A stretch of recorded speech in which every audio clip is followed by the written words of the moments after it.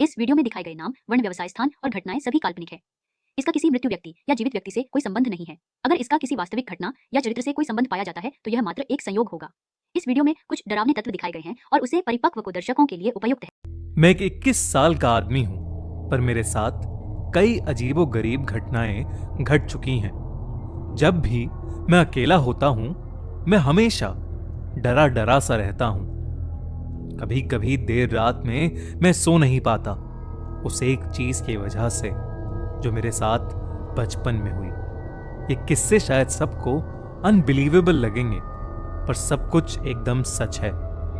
सबसे पहली बार ये तब हुआ जब मैं एक छोटा सा बेबी था। मेरी माँ ने मुझे ये कहानी बताई थी। एक बार मैं अपने रूम में सोया हुआ था और मेरी मॉम डिनर बना रही थी।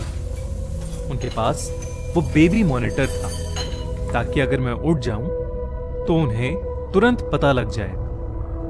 तभी बेबी मॉनिटर पर उन्हें मेरा रोना सुनाई दिया और वो ऊपर भागी। पर मैं आराम से गहरी नींद में सो रहा था। वो थोड़ी कंफ्यूज हो गई। वो वापस किचन में काम करने लगी, लेकिन फिर से उन्हें मेरे रोने की आवाज आने लगी। वो वापस ऊपर आई और मैं अब भी सो रहा था। उन्हें लगा कि शायद बेबी मॉनिटर खराब है, तो उन्होंने बेबी मॉनिटर को बंद कर दिया। उसके बाद वो किचन में वापस डिनर बनाने लगी।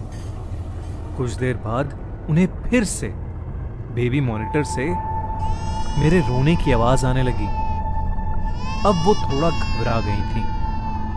वो ऊपर आई, पर मैं अब भी सो रहा था और बेबी मॉनिटर तो ऑफ ही पड़ा था।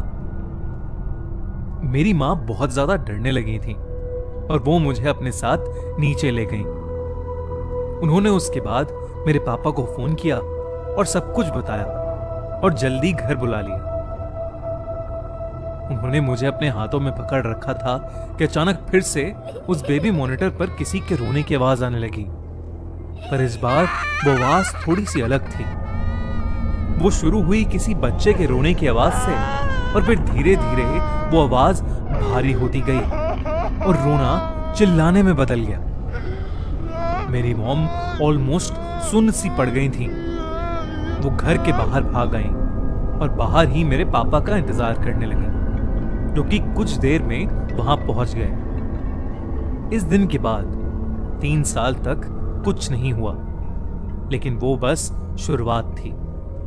जब 2003 में मैं 4 साल का हुआ, तब फिर से मेरे साथ कुछ बहुत अजीब हुआ, जो मेरी मां ने मुझे बताया। मैं अपनी मां के साथ लिविंग रूम में खेल रहा था और पापा ऑफिस में लेट तक काम कर रहे थे। हम खुश थे, लेकिन एक बार फिर से वही हुआ। अचानक मुझे काली ड्रेस में एक लंबी सी औरत दिखाई दी। मैं एक्चुअली उसे देख के डरा नहीं और मैंने अपनी मॉम से कहा, ये औरत कौन है? मम्मी ने मुझसे पूछा कि मैं किस औरत की बात कर रहा हूं। मैंने कहा, वही जो उस कॉर्नर में खड़ी है। मम्मी को लगा कि शायद मैं उनके साथ कोई मजाक कर रहा हूं। उन्होंने कहा, शैतानी मत कर, यहां कोई नहीं है। मैं अब हल्का सा डरा और मॉम से कहा कि मॉम, कसम से हमारे घर के लिविंग रूम के कोने में एक औरत खड़ी है। तब मॉम भी थोड़ा घबराई, लेकिन उन्होंने मुझे शो नहीं किया कि वो घबरा रही हैं। उन्होंने एक कदम पीछे लिया और कहा, देखो कोई नहीं है यहां। लेकिन मुझे वो औरत मेरी मॉम के ठीक पीछे दिख रही थी। मैंने उनसे कहा कि वो आपके पीछे ही खड़ी है और आपको गुस्से से देख रही है। मेरी मॉम फिर से सुन पड़ गई। तभी मेरे पापा घर आ गए। मेरी मॉम ने बताया कि उस रात पापा के लिए दरवाजा खोलने से जस्ट पहले उन्होंने अपनी गर्दन पर एक बहुत ही ठंडी हवा महसूस की थी। उस दिन के बाद से मुझे वो काली औरत अक्सर दिखती रही है।